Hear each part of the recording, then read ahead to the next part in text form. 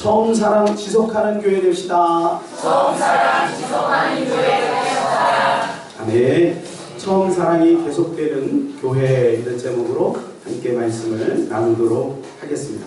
여러분 파프를 보시면요, 이제 반모섬에서 지난주에 이어서 이제 사도 요한이 이제 말씀을 받지 않습니까? 말씀을 받고 그리고 그 7교회에다가 이제 편지를 쭉 하고 있는데 이 위치를 보게 되면요, 지금 오늘 이제 계시록 2장과 3장에서 연결되는 그 7교회들을 쭉 보게 되면요, 여러분 본 데서 아니 지도 그냥 에베소 교회, 그 다음에 서머나 교회, 이 순서를 잘 따라서 한번 보세요. 따라가 보세요. 에베소 교회, 그 다음에 서머나 교회, 그 다음에 버가모 교회, 그 위에 버가모 교회 보이시죠?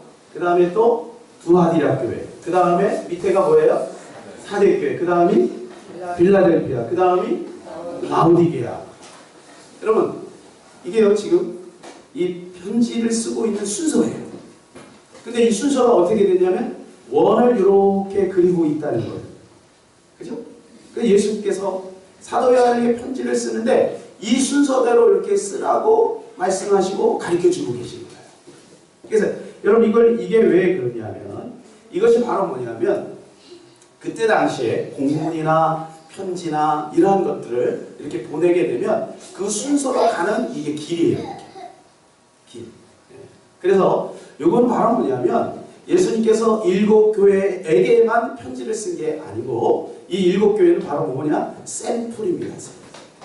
그러니까 그 시대에 있는 모든 교회에게 편지를 쓰고 있는 거예요. 이것은 그 시대뿐만 아니라 그 이후에 있는 모든 교회에게 쓴 편지입니다. 그렇다면 그 편지는 오늘 이 시대에 있는 교회에도 쓴 편지인 줄로 믿습니다.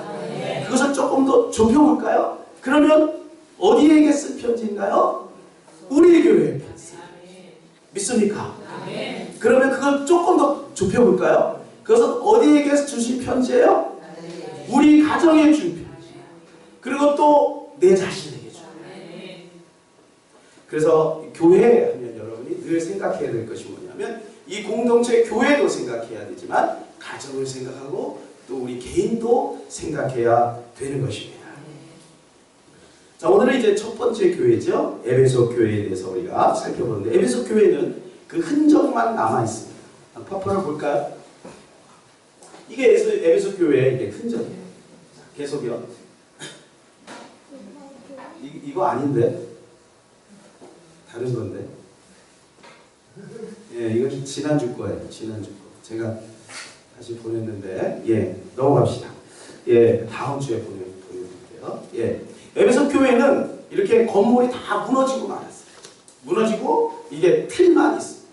여러분 에베소 교회는요, 그 당시에 가장 잘 나가는 교회였습니다. 오늘로 말하면 강남에 있는 교회, 강남에 어느 교회라고 말할 수는 없지만 어쨌든 강남에 있는 그런 교회. 여러분 에베소 인구가 24만에서 25만 정도 됐어요. 그런데요, 거기 원형 경기장이 있었는데요, 2만 4천 명에서 2만 5천 명이 들어갈 만한 원형 경기장. 그러면 인구에 몇 명이 들어가요? 몇 명? 어렵습니까? 10분의 1이 들어갈 만한 어마어마한 경기. 여러분 지금도 2만 몇 명이 들어가면 경기장이 작은 경기장은 아니죠. 그 당시에 그 어마어마한 여러분 경기장이 있어요. 그리고 거기에는 또 도서관이 있었어요. 도서관. 아주 큰 도서관이 있어요. 책만 12,000권이 있는 그러한 곳입니다. 거기는 교통과 교육과 정치의 중심. 그 다음에 이 로마 시대의 행정도시였습니다. 행정도시. 우리나라 행정도시가 어디예요? 세종시잖아요. 그만큼 중요한 위치를 가지고 있는 것이 바로 이 에베소 교회였다는 것입니다. 지금도 에베소라고 하는 이름은 없지만 셀주크라고 하는 이름으로 그 지역이 존재되어 있습니다. 사도 바울이 1차 전도 여행과 그 3차 전도 여행을 거쳐서 이 에베소 교회를 세우고 또 돌봤습니다. 심지어 2차 여행 때는 3차 전도 여행 때는 그곳에서 무려 3년을 머물렀습니다. 여러분 사도 바울이 3년을 머물렀다는 것은 쉬운 일이 아닙니다. 사도 바울은 항상 순회절 전도를 했거든요. 순회 전도. 그죠? 고린도로 갔다가 에베소로 갔다가 데살로니가로 갔다가 빌립보로 갔다가 이렇게 순회 전도를 1차, 2차, 3차 전도 여행을 통해서 복음을 증거하는데 에베소에는 무려 3년을 머물고 있었어요. 에베소 교회와 연관되어 있는 성경은 사도행전, 그리고 당연히 에베소서, 그래서 에베소 교회를 향한 편지잖아요. 에베소서, 또 요한 1, 2, 3서, 그리고 오늘 우리가 같이 본 계시록, 그리고 디모데 전후서, 이것이 다 에베소 교회와 연결되어 있는 그러한 성경입니다. 사도 바울이 처음으로 에베소 교회를 시작을 했고요. 그 다음에 디모데가 믿음의 아들 디모데가 이제 그 또 에베소에서 잠시 머물러서 목회를 했고요. 마지막에는 이 담보섬에 들어가기 직전에 이 사도 요한이 거기에서 또 목회를 했습니다. 그래서 거기는 사도 요한 기념교회가 있습니다. 그래서 여러분, 예수님이 십자가에 돌아가실 때 예수님이 그 어머니를 누구에게 부탁하셨죠? 예, 요한에게 부탁을 했어요. 그래서 그 어머니, 그 마리아도 그곳에서 말년을 보내시고 에베소에 그 마리아의 무덤이 있습니다. 그러니까 이 에베소는 상당히 기념될 만한, 그리고 굉장히 위치적으로도 중요한 그러한 곳이 바로 에베소 교회다라고 할 수 있습니다. 이게 편지 7교회 편지 패턴이 있다고 그랬죠? 패턴이 뭐예요? 처음에 예수님의 모습이 나오죠? 그리고 칭찬이 있습니다. 항상 예수님 칭찬을 먼저 하세요. 그리고 꾸중을 하시고, 그리고 약속을 하십니다. 예, 약속을 하세요. 예. 그 중심으로 한번 살펴보도록 하겠습니다. 첫 번째는 예수님의 모습이 나옵니다. 예수님 모습이 2장 1절에 나와 있는데요. 우리 같이 한번 읽어볼까요? 에베소 교회 사자에게 편지하라. 오른손 있는 7교회를 붙잡고 7 금초대 사기를 거니시는 이가 이르시되. 예, 여기 보니까 예수님이 어떤 분인지를 말씀해 주고 있어요. 예수님은 거니시는 분이라는 거예요. 여러분, 예수님은 지금도 무덤에 계신 게 아니라 예수님 지금도 거닐고 계시고, 예수님은 지금도 역사를 주관하고 계시고, 예수님은 특별히 교회를 통하여 하나님의 일을 이루어 나가신다는 거예요. 오늘 말씀해 보니까 오른손에 7뼈를 붙들고 있대요. 오른손으로 이렇게 꽉 붙들고 있대요. 그리고 7 금초대 사이를 거니신대요. 그것이 1장 20절에 말씀해 주고 있죠. 그것을 풀어주고 있지 않습니까? 20절 한번 읽어볼까요? 내가 본 것은 내 오른손에 7별의 비밀과 또 7 금초대라. 7별은 7교회의 사자요 7 촛대는 7교회니라. 예, 거기 나와 있죠. 알려주고 있죠. 7별이 뭐라고요? 7별은 7교회의 사자, 그리고 7 촛대는 뭐예요? 7교회를 말해주는 거예요. 그러니까 예수님께서는 지금 교회를 중심으로 해서 지금 왔다 갔다 이렇게 거닐고 계십니다. 그럼 이 사자가 뭔가? 사자, 7교회의 사자다 이렇게 나오면, 사자가 뭔가 볼까요? 사자는 앵겔리우스예요. 두 가지 의미가 있습니다. 천사로 볼 수도 있고, 아니면 진짜 그야말로 사자 이렇게 이야기합니다. 사자라고 하는 것은 다른 말로 하면요, 한국말로 하면 심부름꾼 이런 뜻이 있고요. 우리가 대사라고 하지 않습니까? 대사, 그런 뜻도 있는 거예요. 그리고 메신저라는 뜻도 있죠. 대신 가서 그 주인의 말을 다른 사람에게 전달하는 자, 이렇게 볼 수도 있는 것입니다. 천사로 봐도 무방합니다. 사자로 봐도 무방합니다. 자, 천사로 본다면 이렇습니다. 여러분, 구약에는 천사 활동들이 굉장히 많이 나오죠. 홍해를 누가 가릅니까? 천사가 가른 줄로 믿습니다. 여리고를 누가 무너뜨렸습니까? 천사가 무너뜨린 줄로 믿습니다. 사람은 못 무너뜨립니다. 여러분, 그걸 어떻게 무너뜨립니까? 불가능합니다. 예, 천사가 한 것입니다. 여러분, 도단성에 보면 아람 군대가 뺑 둘러서 이 엘리사를 공격하려고 할 때 엘리사는 걱정하지 않았어요. 왜냐하면요, 그 이미 더 큰 군대가 있었어요. 그게 뭐예요? 불말과 불병거예요. 그게 천사입니다. 여러분, 구약에는요, 천사가 곳곳에서 일을 한 것을 보게 돼요. 그럼 신약에는 없느냐? 신약에도 있습니다. 신약의 성도들은 천사를 아주 굳게 믿었어요. 그래서 사도행전 12장에 보게 되면 이제 베드로가 옥에 갇혀갖고 내일이면 죽게 될 때 성도들이 막 기도하지 않습니까? 그때 베드로가 거기서 하나님의 도움으로 탈출해요. 그때 누가 도와줘요? 천사가 도와줘요. 그죠? 성경에 나와 있습니다. 그렇게 아주 신선하게 저를 쳐다보세요. 성경에 나와 있어요. 예, 그리고 나서 이 베드로가 살아서 막 두들겼더니 모대라고 하는 게 일종의 이야기 하잖아요. 베드로 선생님이 살아났습니다. 그랬더니 그 안에서 뭐라 그래요? 야, 말도 안 되는 소리 하고 있네. 예, 아니다. 그의 천사일 거다. 그러니까 그 말은 뭐냐 하면 천사를 믿었다는 거예요. 초대교회 성도들. 저와 여러분도 천사를 믿는 줄로 믿습니다.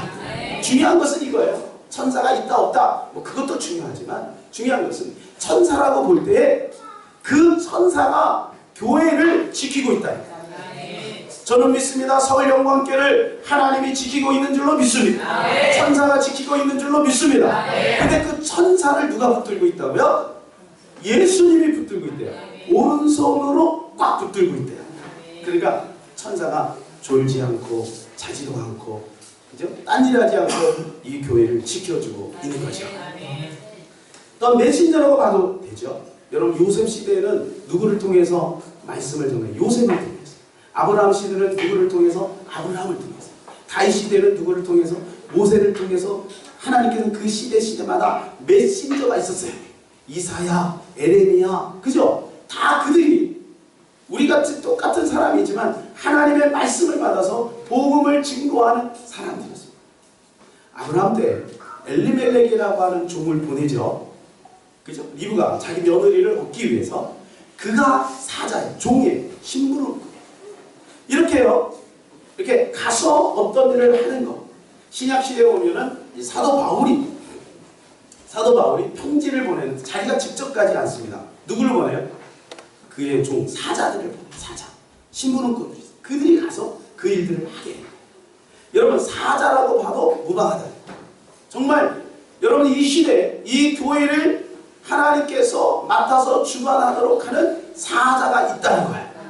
그 사자들을 통해서 일하시는데 그런데 그를 누가 붙들고 있다고요? 예수님이 오른손으로 붙들고 있다. 예.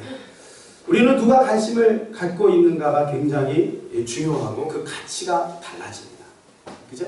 예. 여러분에게 누가 관심이 있습니까? 아내가 남편이 사랑하는 애인이 관심이 있다면 우리는 가슴이 설레죠.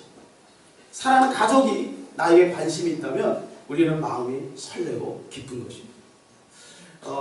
얼마 전에 구마모토에 이제 지진이 났더니 아베 총리가 그곳에 가서 지역 주민들을 2차례나 만났어요. 여러분 그때 그 지역 주민들은 얼마나 많은 위로를 받았을까요?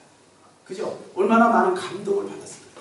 그 바쁜 사람이 여기까지 그 멀리까지 와서 자기들을 위로해 주는데 얼마나 마음이 감동이 됐을까요? 여러분 사람에게 관심을 받아도 이렇게 위로가 돼요.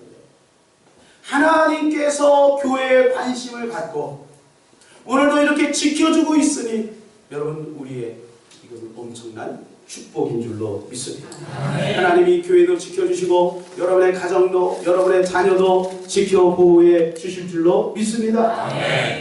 에베소 교회 칭찬을 하시죠. 예수님이 2절 3절 한번 읽어볼까요? 시작. 내가 내 의와 수고와 내 인내를 알고 또 악한 자를 용납하지 아니할 것과 자칭 사랑하되 아닌 자들을 시험하여 그의 거짓된 것을 내가 드러낸 것과 또 내가 참고 내 이름을 위하여 견디고 게으르지 아니하는 것을 아노라.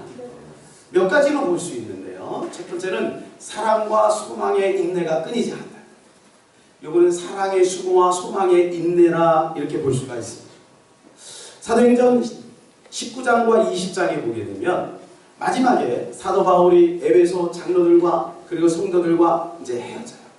그때 사도 바울은 이제 곧 로마에 가서 자기 최후를 맞이할 것을 거기서 이제 계시를 받아요. 그럼에도 불구하고 나의 달려갈 길과 주 예수께 받은 사명 곧 하나님의 은혜의 복음을 증거하는 일을 마치려면 나의 생명을 조금 더 귀한 것으로 여기지 아니하노라 라고 고백을 하고 그는 죽으러 갑니다. 그때 해변가에 둘러앉아서 성도들과 함께 기도를 할 때요. 그들이 목을 어금맞고 그렇게 울어요. 물어요. 여러분, 이 에베소 교회는요, 사랑이 있습니다. 이 에베소 교회는요, 소망의 인내가 있었어요. 그것을 예수님이 기억하고 칭찬해 주시고, 여러분, 우리 교회도 이러한 사랑이 있기를 바랍니다. 소망의 인내가 있기를 바랍니다.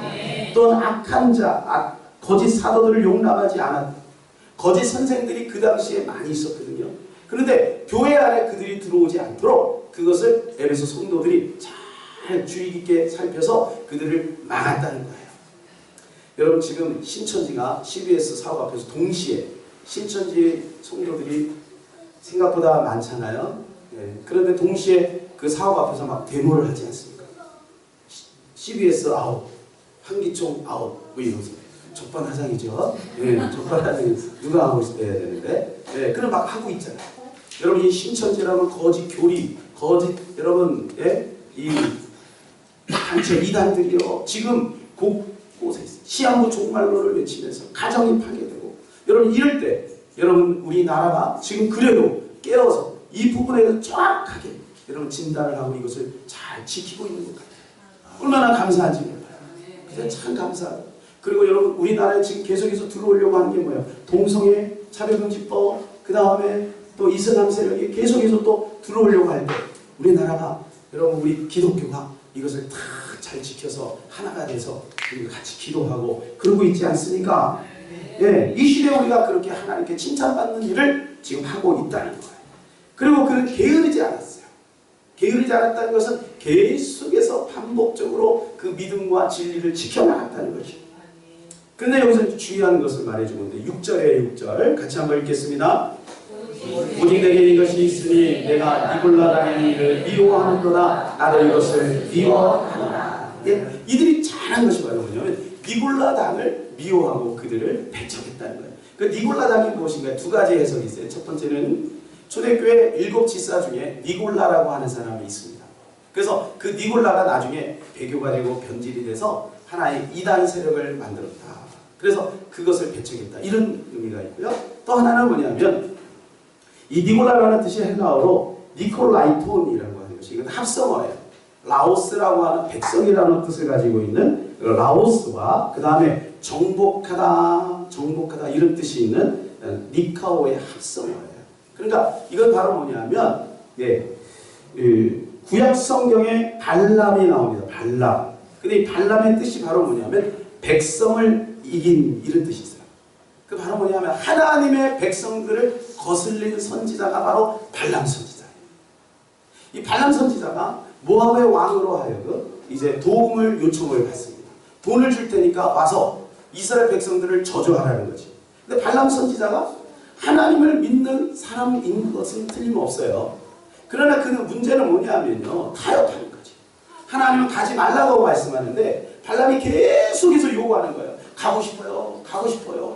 그런 거예요. 그러니까 하나님이 허용을 하죠. 근데 그가 처음에는 하나님의 말씀에 따라 제사를 지내고 이스라엘 백성들을 저주하지 않고 오히려 축복을 해요. 거기까지는 참 잘했어요. 그런데 그 다음이 문제예요. 그 다음에 그가 이스라엘 백성들로 하여금 어떤 전염병처럼 무엇을 터뜨리냐면 우상을 섬기게 하고 그리고 모압 여인들과 행음하게 합니다. 요거 이 발람 선지자가 그것을 한 거예요. 이 니골라 당이 바로 뭐냐면 발람의 교훈을 쫓는 거예요. 교회 안에 우상이 들어오게 하고 교회 안에 타락이 들어오게 하고 교회 안에 변질이 들어오도록 하는 세력이 바로 이게 니골라 당이에요. 그것은 바로 뭐냐면 그때 당시 영지주의라는 게 있었습니다. 영지주의는 말하면 육체와 영을 분리하는 거예요. 육체와 영을 분리해요. 여러분, 육체와 영이 분리가 될 수 있습니까? 아니에요. 분리될 수 없어요. 하나예요. 몸이 가는 곳에 마음이 가는 거예요. 마음이 있는 곳에 나도 모르면서 어느 날 몸이 가 있는 거예요. 그러니까 몸 관리가 마음 관리고 마음 관리가 몸 관리예요. 몸은 우리의 영혼을 천국으로 인도하는 중요한 기관입니다. 그러니까 몸하고 마음은 동시에 다 중요한 거예요. 근데 영지주의는 영혼만 귀하다는 거예요. 영혼만. 그리고 몸은 아무렇게나 해도 된다는 거예요. 그래서 어떻게 되면 두 가지로 나타나요. 하나는 아주 극단적인 금욕주의. 왜? 영혼만 귀하니까 금욕. 그러니까 자기 몸을 막 학대하는 거예요. 그리고 막 밥을 안 먹는 거예요. 영혼만 귀하니까. 또 하나는 뭐냐? 아니, 몸은 아무렇게나 해도 되니까 막 타락하는 거예요. 막 타락하는. 왜? 영혼만 잘 관리해. 이게 말이 안 되죠. 네. 그래서 여러분 이 시대에도 그러한 신앙생활 하는 사람들이 의외로 많습니다. 그냥 영혼만 생각하는 거예요. 영혼만. 그렇지 않습니다. 우리의 몸도 귀하고 우리의 이웃도 귀하고 성도도 귀하고 그 성도에게 잘하는 것이 하나님께 잘하는 거예요. 그죠? 성도에게 잘하는 하나님께 잘하는 거예요. 여러분 이 문제는요. 이 에베소 교회만 있었던 게 아니에요. 버가모 교회도 있었고요. 두아디라 교회도 있었어요. 두아디라 교회는 이세벨이라고 하는 교훈으로 나타났습니다. 이러한 것들이 교회에 들어오지 않도록 잘 했다는 거예요. 그런데 이들이 이제 꾸중을 받습니다. 꾸중이 뭐예요? 4절입니다. 4절 5절 같이 한번 읽어볼까요? 시작. 그러나 너를 주장할 것이니 너의 처음 사랑을 버렸느니라. 그러므로 어디서 떨어졌는지를 생각하고 회개하여 처음 행위를 가지라. 만일 그리하지 아니하고 회개하지 아니하면 내가 내게 가서 내 촛대를 그 자리에서 옮기리라. 주님이 지적하는 부분은 뭐냐? 첫사랑을 잃어버렸다는 거예요. 처음 사랑을 버렸다는 거예요. 그러니까 주님은 안타까운 마음으로 그들을 책망하고 있습니다. 이 첫사랑이 무엇인가? 두 가지 의미로 볼 수 있어요. 첫 번째 이렇게 볼 수 있어요. 첫 번째.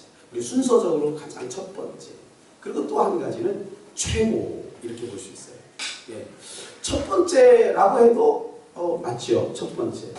예. 여러분 첫사랑은 참 소중한 거예요.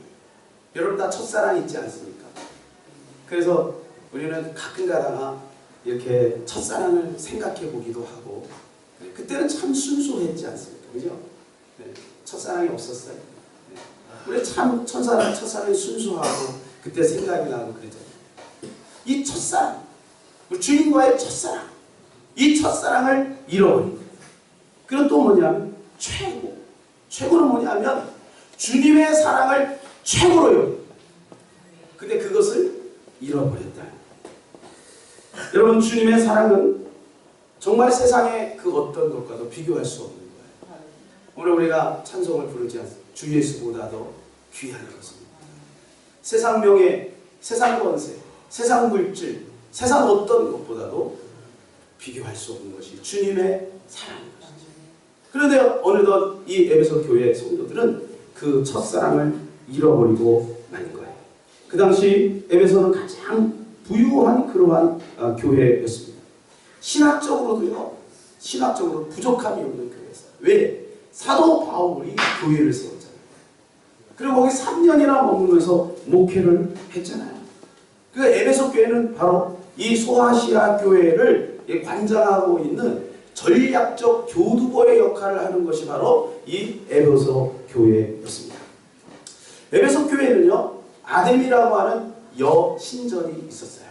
세계 7대 불가사의 중에 한 가지. 네, 아데미 여신이 있어요. 그래가지고 사도행전 19장에 보게 되면요. 이들이 이 아데미 여신을 조그맣게 만들어서 이거를 팔아요. 데메드리오가 그것을 막 팔았거든요. 그래서 사도 바울이 그것은 옳지 않다는 것을 지적하니까 결국 사도 바울이 공격을 받게 되고 어려움을 겪는 그러한 것이 있어요. 그때도 이들은 믿음을 지켰다는 거예요.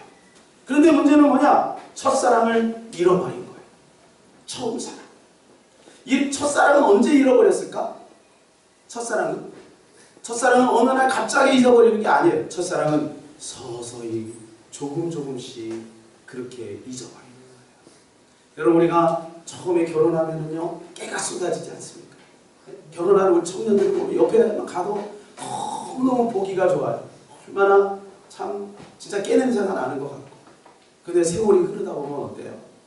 네? 세월이 흐르다 보면 여러 가지 문제로 인해 마음이 상하게 되고 부부관계가 이렇게 어려워지게 되고 그렇지 않습니다. 그 나중에는 심지어는 어떤 사람은 권태기까지 이르게 됩니다. 여러분 우리가 주님과의 사랑도 나도 모르는 사이 이렇게 점점 굳어지고 있다면 오늘 우리는 생각해봐요. 주님 앞에 우리는 기도해서 이 첫사랑을 회복해야 될 줄로 믿습니다. 아멘. 주님은 두 가지로 권면해 주고 있어요. 5절을 보니까 그러므로 어디서 떨어졌는지를 생각하고 회개하여 처음 행위를 가지라. 생각하고 회개하라. 우리 생각해봐야 돼요. 옛날에 우리가 처음 신앙생활할 때 그렇게 뜨겁게 주님을 막 사모하고 정말 애절하게 기도하고 예배가 그렇게 사모하고 그랬던 그런 뜨거운 마음들이 나도 모르는 사이에 어디서부터인가 이렇게 무너져서 여러분 마음이 굳어져 있는 나를 한번 잘 돌아봐야 될 줄로 믿습니다. 박보영 목사님의 간증을 들어보면요, 박보영 목사님이 이제 안성에서 이제 쉽게 말해서 길거리 아이들 이렇게 조그만 교회에서 그 아이들을 돌보면서 목회를 하지 않았습니까? 그래서 그 아이들이 이제 집이 없어서 교회 이렇게 의자 하나하나가 집으로 이제 분양을 해줬어요. 그래서 이제 거기서 먹고 거기서 자고 이렇게. 목사님들이 강대상에 조그만 나무 강대상 하나 놓고 여기서 이제 주무시고 뭐 이렇게 이제 지냈어요. 정말 먹을 게 없는 거예요. 이 먹을 게 없을 때 너무 힘드니까요. 새벽 3시면 깨는 거예요. 그래서 새벽 기도회를 몇 시간 하면 9시간을 합니다. 먹을 게 없으니까. 새벽 3시부터 낮 12시까지. 그리고 12시 이후에 또 나가서 배를 붙들고 골문 배를 붙들고 나가서 또 전도하시고 이렇게 어려운 생활을 계속해서 보내시는 가운데 어떤 분이 찾아오셨어요. 그래갖고 이분이 이 교회에 헌금을 하고 싶다고 소문을 듣고 오셨대요. 뭐 소문을 낸 적도 없는데 그러면서 헌금함에다가 이렇게 봉투를 하나 탁 집어넣었어요. 그래서 이 목사님이 너무 기뻤죠. 야, 이제는 조금이라도 우리 아이들과 함께 먹을 것이 생기니까, 그죠? 너무 기뻐서 이렇게 하는데, 가지 않고 자꾸 무슨 얘기를 하더라는 거예요. 그 목사님은 빨리 갔으면 좋겠다. 빨리 가고 봉투를 열어서 그거 가지고 우리 라면을 좀 끓여 먹고 이래야 되겠다. 이제 이런 마음을 가지고 있는데 자꾸 안 가. 그러다 이제 가자마자 헌금함을 열어서 이제 봉투를 딱, 근데 봉투를 딱 보는 순간 실망이 되는 거예요. 왜? 봉투가 너무 얇아. 너무 얇아서 아이고 이게 이제 실망이 되네. 그런데요, 봉투를 딱 열었는데 여러분 그 안에 얼마가 있었냐? 10만원 수표 한 장이 딱 있는데 10만원짜리? 아니. 100만원짜리? 1000만원짜리? 아니. 1억 있다니. 와. 예, 여러분처럼 목사님들도 놀라셨겠죠. 아이들하고 막 환호성을 지르고 이제 난리가 났죠. 일단 제일 먼저 라면을 막 엄청나게 사고, 혹시 와서 마음 바뀌어서 돈 달라고 그러면 안 되니까 라면을 막 엄청 사놓고 먹기 시작. 그런데요, 근데 이분이 이제 계속해서 이제 헌금을 가져요. 헌금을 계속 한 달에 300만 원씩 헌금. 그래서 다음에 또 오겠다고 하고 다음에 또 한 5천만 원을 또 헌금을 하고. 네. 우리 교회에 이런 사람이 있으면 좋겠어요. 네. 아니 그래서 음료수 박스 밑에다가 목사님 잘 안 받으려고 하니까 밑에다가 300만 원, 300만 원 집어넣고 매달 받아가지고. 근데 이제 그 문제가 생기기 시작해요. 먹을 게 없을 때는요, 막 9시간씩 새벽 예배를 드렸잖아요. 그런데 새벽 3시에 이제 일어나지질 않는 거예요. 왜? 밤새 치킨 먹고 통닭 먹고 배가 불러가지고 못 일어나는 거예요. 그리고 이제 아침에도 이제 어떻게 하고 새벽 예배를 늘 드리는 거예요. 새벽 예배를 드리는데 새벽 예배 그때는 막 배고프니까 뭐 할 게 없잖아요. 그런데 배가 부르니까 조금 기도하다가 산기도도 가서도 막 이제 기도하면은 오늘은 뭐를 먹을까? 오늘은 어디부터 가서 먹을까? 이 생각만 나는 거예요. 그래갖고 목사님 어느 날 몇 달씩 정신을 바짝 차려 깨달아. 야, 이거 말이야. 그래가지고 그 돈을 싹 싸들고 그분을 찾아가요. 그냥 다시 받으시라고. 이러다가 우리가 죽게 생겼다. 예, 우리 아들 갖고는 좋았을 텐데. 이렇게 했다는 거예요. 여러분, 참 그 헌금을 한 사람도 귀하지만 그 헌금을 다시 돌려보내시는 분 더 귀한 줄로 믿습니다. 네. 여러분, 이 첫사랑은요, 어느 날 갑자기 팍 무너지는 게 아니에요.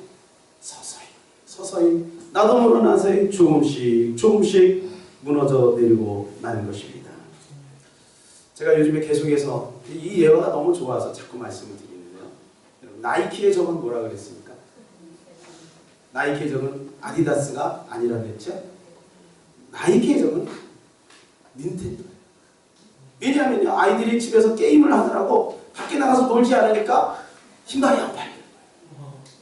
의외지요? 여러분, 우리 신앙의 적은 누구냐? 신앙의 적은 마귀가 아니에요. 어떻게 보면 신앙의 저는 풍요일 수도 있어요. 편리함일 수도 있고 나는 모르는 사이에 서서히 무너지고 있는 우리를 발견하게 되는 것입니다. 근데 주님 말씀합니다. 생각하고 회개하라. 회개하라. 여러분 성경은 회개를 귀하게 여기십니다. 이스라엘 백성들이 왜 망했느냐? 그 이스라엘 백성들은 회개를 안 했어요. 하나님 앞에 회개하지 않으니 망해버리고 만 것입니다. 여러분 우리가 연약하기 때문에 우리 넘어질 수 있죠. 그러나 우리가 회개한다면 사는 길이 열릴 줄로 믿습니다. 지금 한국교회는 정말로 회개해야 될 때가 아닌가 생각이 됩니다. 김정일이 살았을 때 자금 총책이 여러분 어려움을 당해서 이제 공격을 받게 돼서 이제 이 중국으로 가서 중국으로 넘어가요. 그래서 중국에 가서 이제 회개를 하게 되고 예수님을 만나요.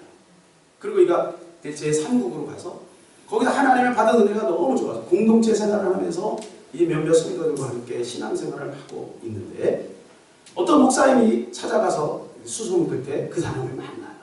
근데 이 사람은 죽음 사선을 이렇게 넘나드는 사람, 연평도를 쉬지 않고 8번을 왔다 갔다 할 정도로 육지에서. 그러니까 뭐 대단한 사람이죠. 그런데 이 사람이 한국에서 어떤 목사님들이 오면 다 무시한대요. 근데 이 사람이 뭐 보이는 게 없어서 무시하는 게 아니라 한국 목사님들이 다 가짜라는 거죠. 와가지고 돈 가지고 생색내고 뭐 이런 모습들이 딱 보면 가짜라는 거예요. 그런데 어떤 목사님을 만나고 이 목사님은 진짜다 하고 거기에 무릎을 꿇었대요. 근데 이 목사님이 한국에서 집회하다 그 이야기를 하는데 이 목사님이 이런 얘기를 합니다. 그 사람이 이제 방에 들어갔더니 월요일부터 토요일까지 기도하는 제목이 이렇게 있대요. 월요일날은 뭐 이렇게 있는데 수요일날 기도 제목이 뭐냐면 남한에 있는 이 기독교 지도자들을 위해서 기도합니다. 자본주의에 물들어서 그들이 타락하고 하나님을 떠나고 왜곡된 교회의 현상을 보면서 안타까운 마음으로 기도한대요. 여러분 이상 목사님이 이런 말을 했습니다. 지금 탈북자들이 대한민국에 와서 예배를 드리면서요. 그들은요 거기에서 굉장히 많은 좌절을 느낀다는 거예요. 시설은 너무너무 좋고 여러분 예배는 너무너무 세련됐는데 거기에 예수가 심지어는요 목사님 말씀에 의하면 이제는 내가 여기서 예배 드리면 죽겠다 해가지고 다시 두만강을 건너서 북한으로 들어갔대요.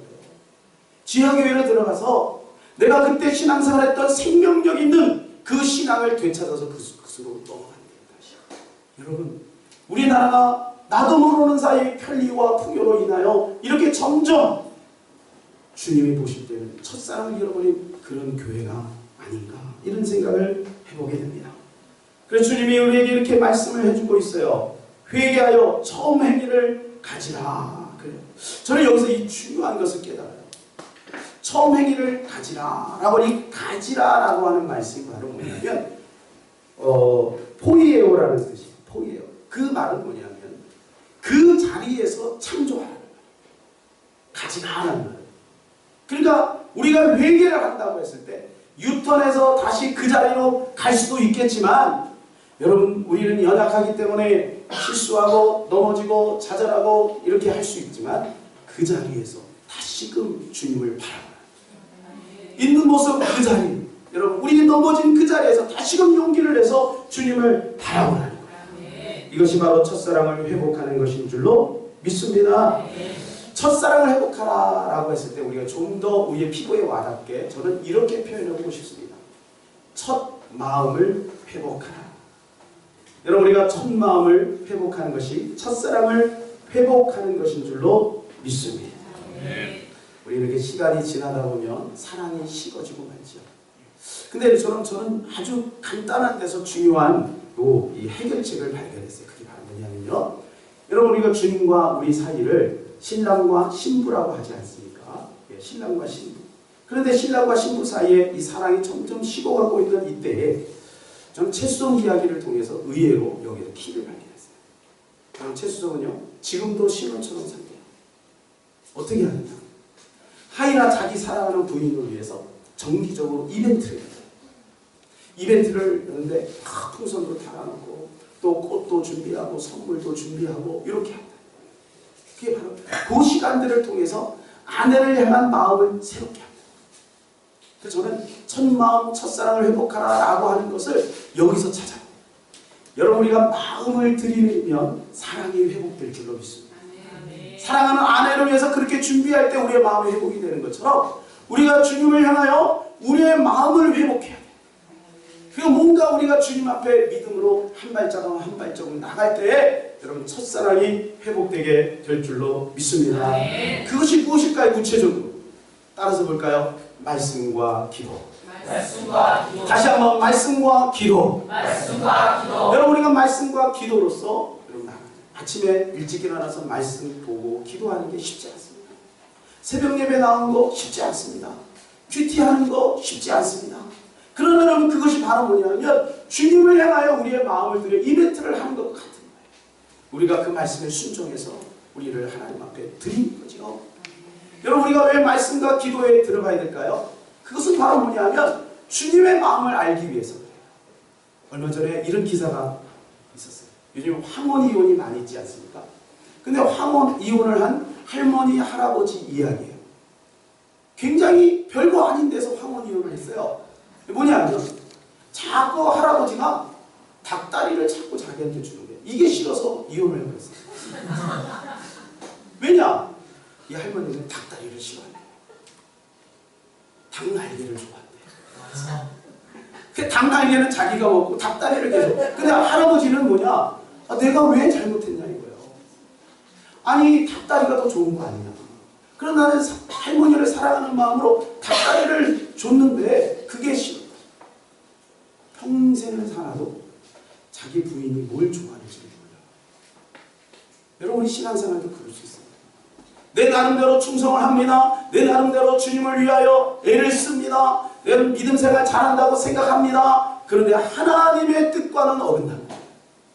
그래서 계속해서 하나님 앞에 닭다리를 드립니다. 여러분, 우리가 주님의 마음을 알기 위해서 말씀과 기도를 모으면 안 돼요. 그래야 정확하게 주님과 이 소통이 되는 거예요. 사랑이라고 하는 것은 소통이 중요한 것 아니겠습니까? 여러분, 우리가 이 첫사랑을 회복해야 될 줄로 믿습니다. 주님은 약속해주고 있습니다. 오늘 그 믿음을 회복하면 7절에 보니까 무엇을 준다고요? 생명나무의 열매를 준다는 거예요. 생명나무의 열매는 어디에 있어요? 천국에 있어요. 여러분, 우리의 첫사랑을 회복함으로 천국에 들어가는 영광 속으로 들어가기를 예수님의 이름으로 축원합니다. 기도하겠습니다.